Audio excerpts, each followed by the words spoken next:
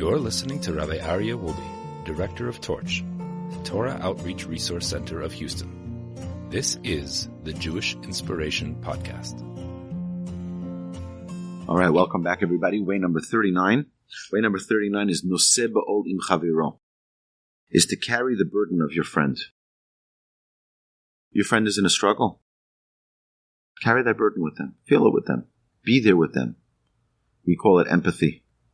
Is to consider someone else's challenge and to feel their struggle. Share that burden. This is a very important trait because the Torah teaches us how to be the best person possible. How do I be the best father, the best mother, the best brother, the best child, the best friend, the best spouse? You can't be excellent at any of those if you can't feel someone else's situation. If you don't know what they're going through, it's very difficult to really connect with them. It's very difficult to elevate that relationship beyond something which is superficial. Feel someone else's pain for real, particularly with people to whom you're constantly exposed to. You have a teacher teaching your class. Feel their situation. It's a struggle preparing the class every day. Right? You have a student. Feel your student situation. You have a patient, a client, and they say that most psychologists need psychologists. Why?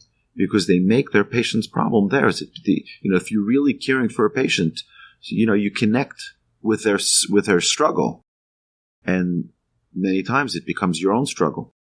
We meet people all the time, the person at the bank, the teller, and the cashier, and the baker, and the butcher, and the beautician, and the barber, and people everywhere around us. Everyone's dealing with something.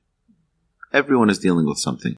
The lady, yesterday I ran out in the morning to go get some milk. My daughter was trying to have cereal, and she didn't have any more milk, so I quickly ran out and got her milk. So the person right in front of me, the cashier, says to him, "So, how's your day going?" And he gives like this, he's hemming and hawing about how the struggle of his day. She's like, "Oh, come on, make it great, make your day great. Don't be. I thought it was really nice that she even cared that much to even ask. But most times people are just like everyone's in their own little corner, everyone's in their own little thing, and no one wants to open up to other people. What is going on in their life? To deal with people effectively and intelligently, see where they're coming from. You have to learn to see other perspectives as well. The best way to do it is to have empathy. Feel someone else's struggle, their challenge. And we'll never really be completely in someone else's shoes, which is why Torah tells us, Al tadin et chavercha ad shetagia lemekomo. Don't judge your fellow till you're standing in their shoes, in their place. You know what?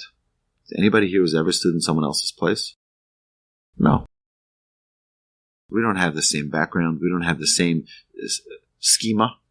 Like good word for psychology, right? Which is the whole background of their life, of how they grew up and how they see things. Some people have a very, very diminished perspective of everyone's out to get them. You'll never understand that perspective if you don't think that way. There are people who are very jealous people. You'll never understand them if you don't understand how they're jealous, etc., etc. A person needs to open up their mind to how other people are living, and you'll never really fully experience what someone else is going through. Never. You can try a little bit. And the more we try, the better we'll get at it.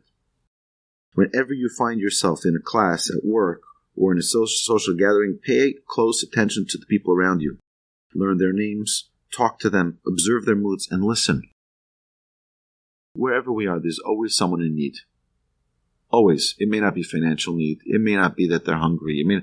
They need a kind word. They need a compliment. They need a smile. Every human being has a need. Everyone. Figure out the people around you. What's their need? If you don't feel empathy for others, you usually end up adding to their burden. Say the wrong thing while they're suffering. How many people have told me, Rabbi, people came to visit me at the Shiva house. The person was sitting Shiva, and people say the most silly things. So someone's mother passed away at 93 years old. So how old was she? She was 93. Oh, well, that's fine. It's like, what do you... Well, it's someone's mother. If she's 63, it doesn't change it. If she's 33, it doesn't change it. It's still someone's mother. People think it's amazing that sometimes people think that they have to say something. You don't have to say anything. Just sit there next to them. Feel their pain. That's it. I mentioned my brother has a podcast where he interviewed my sister. My sister lost a baby. And when she was sitting Shiva, she said how, people feel that urge to say something. They just want to make sure that you remember that they were there.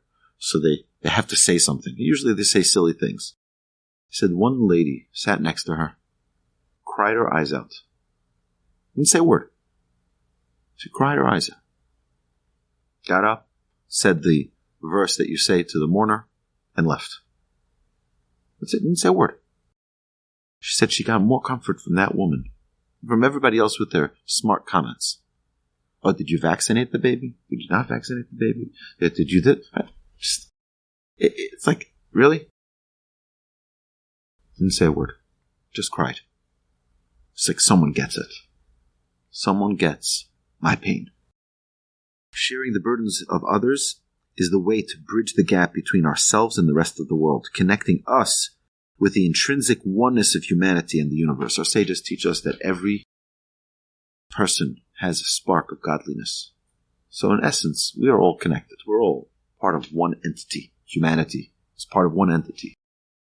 I say that the people have an affinity to their sports teams. Why? It's the craziest thing. Everyone here loves the Texans, and we love the Rockets and the Astros. Why? What does that have to do with me? What's it going to change my life? In no way whatsoever. But people feel, if you're in Bangladesh and you see someone with a UT cap, like, oh, from Texas, we're like brothers. What are your brothers? You would never talk to each other if you saw each other here at the rodeo. Right? You wouldn't say anything. But because we're from one, there is an affinity that we could find, a likeness, a similarity, a brotherhood, so to speak, a human brotherhood. We're human beings. We have more in common than not. We have more in common than not. Righteousness is just a concept unless it is felt in the heart. We have to understand that other people are as real as we are.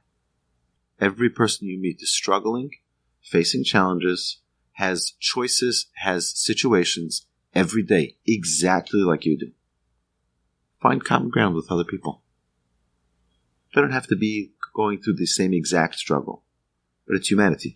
Let's find a way.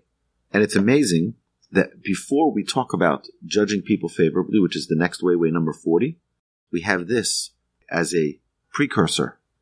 We need to first have empathy, and then you can judge people favorably.